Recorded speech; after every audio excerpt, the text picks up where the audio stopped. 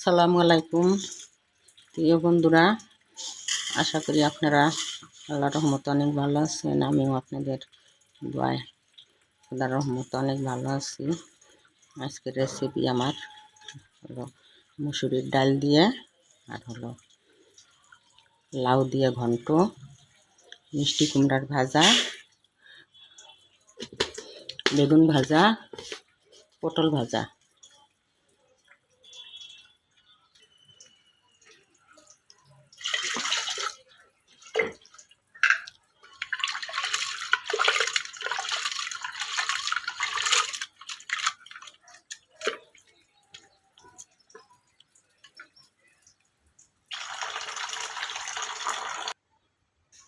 এখন আমি ডালের ভিতরে দিয়ে দিচ্ছি লাউ।